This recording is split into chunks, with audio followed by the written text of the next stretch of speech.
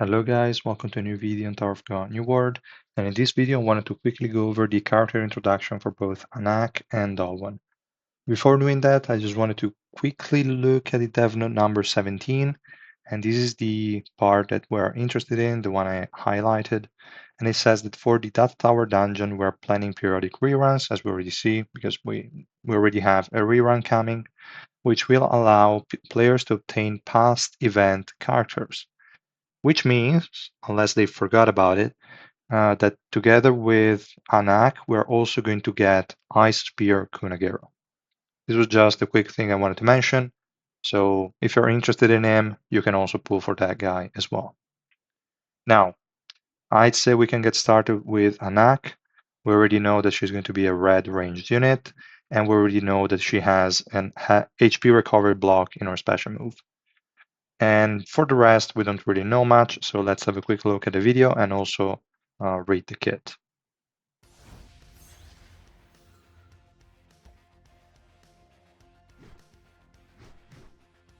The design is interesting. I've never seen that in the manhwa, or at least I don't recall. So yeah, we have the second active skill, Raid, pretty interesting. Immersion, the first active skill, okay. And we have the special move. We don't really care about the animation, I guess, so we can just move on. We'll start with the passive, and we have interesting targeting. So she's going to target the enemy that's furthest away, and the spear that she's going to throw are going to pierce all those in its path. So it means AoE basic attacks. Pretty solid. We don't really care about her damage, I'd say, but the second part is really good because the enemies that you hit are going to have their swiftness reduced by a number for a number of seconds with different stacks. So we have a number of stacks as well. We also have basic attacks that cannot miss. Now this is good when you are against enemies with high evasion, like Ren's Bull, even though you're never going to target Ren's Bull. Well, you will hit it because it will be in the middle of your attacks, but you will never really properly target it. And Zahard is also a good use case. Edin, maybe. Shiliel could be those kind of units that have high evasion. You might miss them otherwise, and this just guarantees it. And this doesn't mean you can neglect accuracy entirely. You will still have to have at least as much accuracy as the enemy evasion, so that at least your special move can hit. That's all you care about. So yeah, it's just a like this is not something you have to rely on. It's just there and it's nice. It's going to be some swiftness debuff for high evasion enemies. That's all it's going to be. Then we have the first active skill, the barrier. She's going to create a barrier for herself that also increases her physical and magic resistance and also swiftness until as long as the barrier is active. That's more or less the catch, but pretty good nonetheless. We can already see a lot of similarities with the other guy from the Data Tower, so Ice Spear Kunagero. They both have swiftness decrease, even though here they missed a T, whatever. So they both have swiftness decrease in the kit, and they both have barriers. They also both have HP recovery block that we're going to see in a second in special move. So already lots of similarities, and the next skill is not an exception. She's going to throw her spear at the furthest enemy, dealing a percentage of her attack as damage a number of times, locking them for a certain duration, and with hit, and reducing defense by a percentage for a duration again. And Kunagero also has a defense shred. She has it as well. Now, this doesn't say that it stacks, or it doesn't explicitly say it. This is a multi-hit skill, so I would expect it to stack, but I'm not sure. It will depend on the coefficient. If we see that it's at 10, 20%, then it probably does stack. If it's like a 50%, it probably won't stack. Just throwing it out there. And she also has the special move that she's going to become immune to such effects, so that she's guaranteed to cast it. And she's again going to focus on the furthest enemy and all enemies in its path dealing a percentage of attack as damage, and blocking HP recovery for duration. The duration should be around 10 seconds. That's more or less what I saw from the live stream. No idea if it scales with level or not. We don't have such information here. We don't have information on Revolution. We don't have information on exclusive equipment either. What we know is that for Revolution, she should get additional energy at the start of the fight. I don't know if that's going to be an improvement on the special move or an improvement on the passive. No idea. But she's basically going to cast this skill almost immediately, which could come in handy at times. So really good overall. She cannot be bad because she has the same kit as Kunagero, and Kunagero is a beast. She has differences, obviously, in the way they target, even though both of them target the furthest enemy. But with Kunagero being close range, he will keep on moving from enemy to enemy, while she's always going to target the same one, given that unit is going to stay in the furthest away position. So really interesting. This will give you more like focused on the right target. And the AoE is also a straight line for the special move, while Kunagero has a small circle. So also you have to take that into account for which one to use when, but they will be more or less interchangeable for the most part, and they will also have better use cases for one or the other. Still, I'd say she is guaranteed to be a solid unit. We still have no information, again, on exclusive equipment or Revolution, but I don't think that matters. That will only make her better. So she's a really good unit. We can already say that, pretty sure. Now for the second unit, and I think the one that most people will be maybe a bit more interested in, not sure, because again, we're getting two EX unit, and if you are a new player, you will probably skip Dowon. I don't know. I will definitely make a video tomorrow about who to pull for in the 1.5, so in the 1.5 anniversary update, so that you can have a better idea based on maybe your account situation, your number of pools, etc., on which one to focus. But let's say you're going for Dowon. Let's see what she's going to do. She's going to be a blue mage, the same role as Revolution Bomb.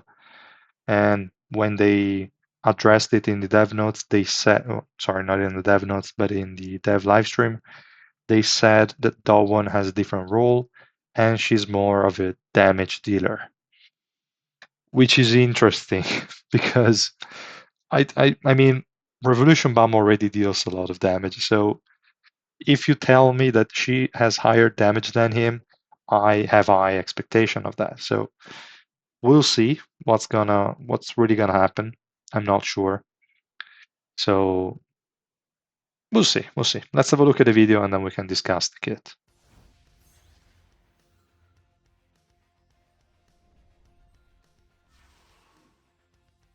Flowers shield me, and petals shred my enemies.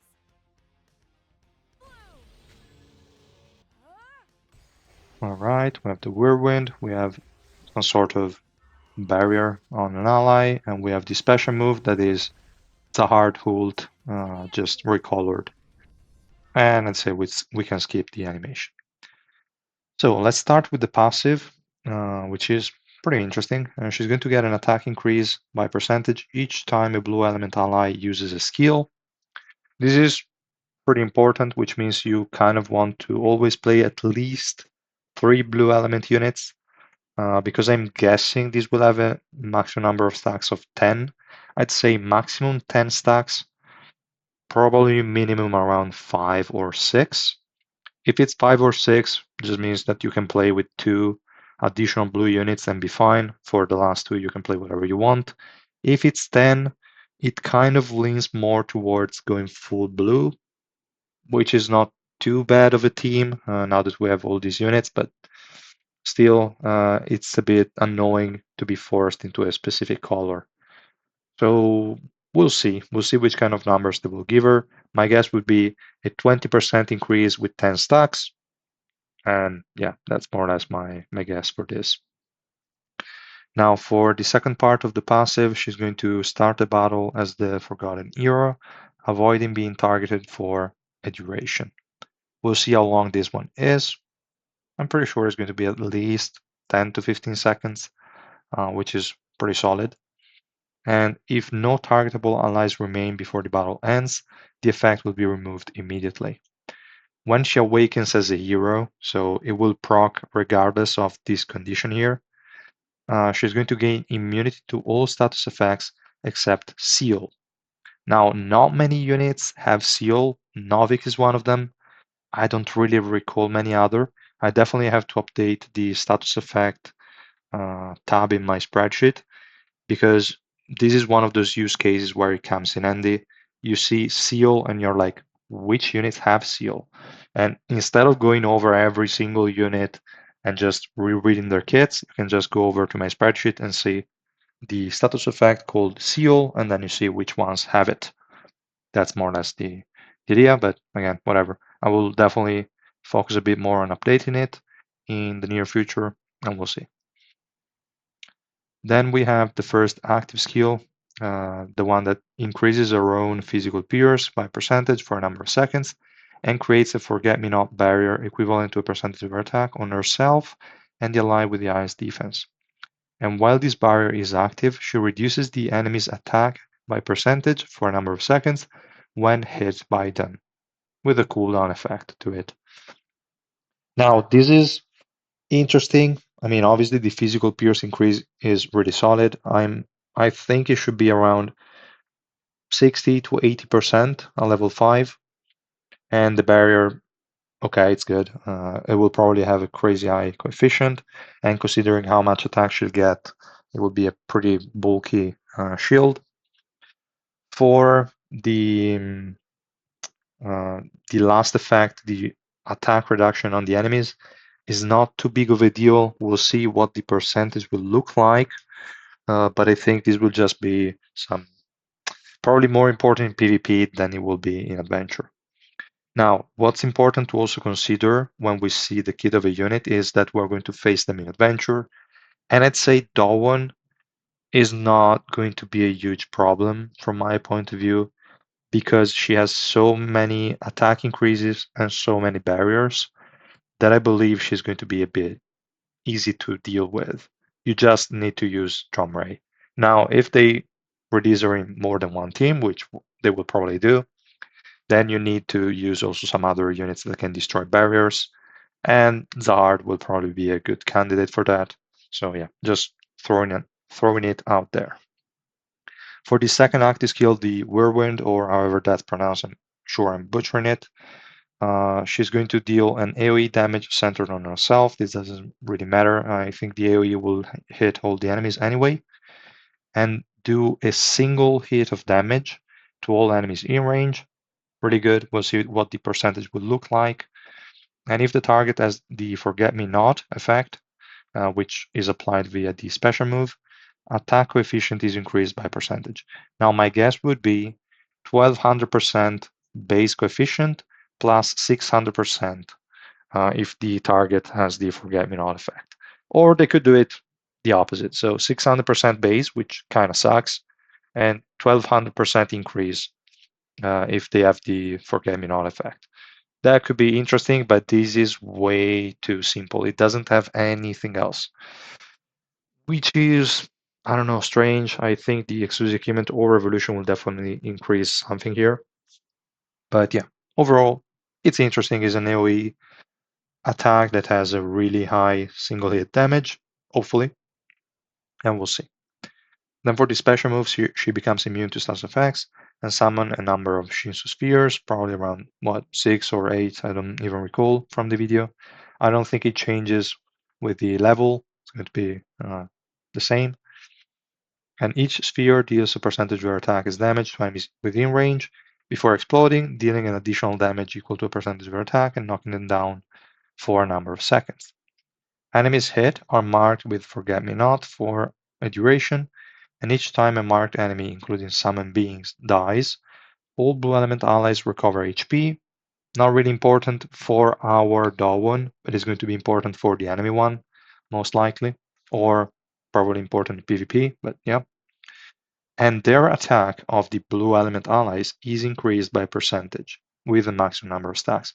I'm guessing this is going to be similar, but probably a bit higher. So probably like 5 stacks at 40% each. That's my guess, I'd say, which is a total of 200%. This I'm saying 5 stacks only because it includes summon beings. So you will never reach the 200% in a usual fight, but if you are against summoners, then you will definitely be able to. So that could be interesting. And that would also be a mechanic to sort of counter a Goose Tang, let's say. And attack increase buffs are really important because she wants to be played in a blue element team, and blue element DPSs other than herself don't really have attack buffs. Like Kaiser doesn't have attack buffs, and neither does Revolution Bomb. So having an attack buff on one of your DPSs is definitely interesting. It could even just be meant for herself, so you're not forced to go with an additional DPS in your team, but it's something you could think about. The devs mentioned that she pairs well with Revolution Bomb, so that's definitely something we're going to try out, but I have no doubt that's going to be the case because Bomb is going to decrease the enemy defense, which is going to benefit both himself and Dowon. And Dowon is going to increase her own pierce, which means she's going to do more damage. Bomb is going to decrease the enemy magic resistance for his own skills. So again, they kind of work on their own ways, but could also be paired together because they don't really provide anything that you cannot leverage or use. So really good. So Bomb provides the defense shred, and Darwin provides the attack buff. Overall, I'd say a good deal for both of them. Not the most insane of combinations, but definitely a really solid one. We're missing again Exodia and the Revolution, so anything could happen. But already the base kit seems a bit simple, but promising from my point of view. I'm expecting a lot from this unit. And again, she's going to be a fairly cheap one. Around 400 summons will kind of guarantee you a Rainbow 5 Dowon. So keep that in mind. And yeah, I'd say, guys, that's pretty much all for this video, and I will see you guys tomorrow. Bye.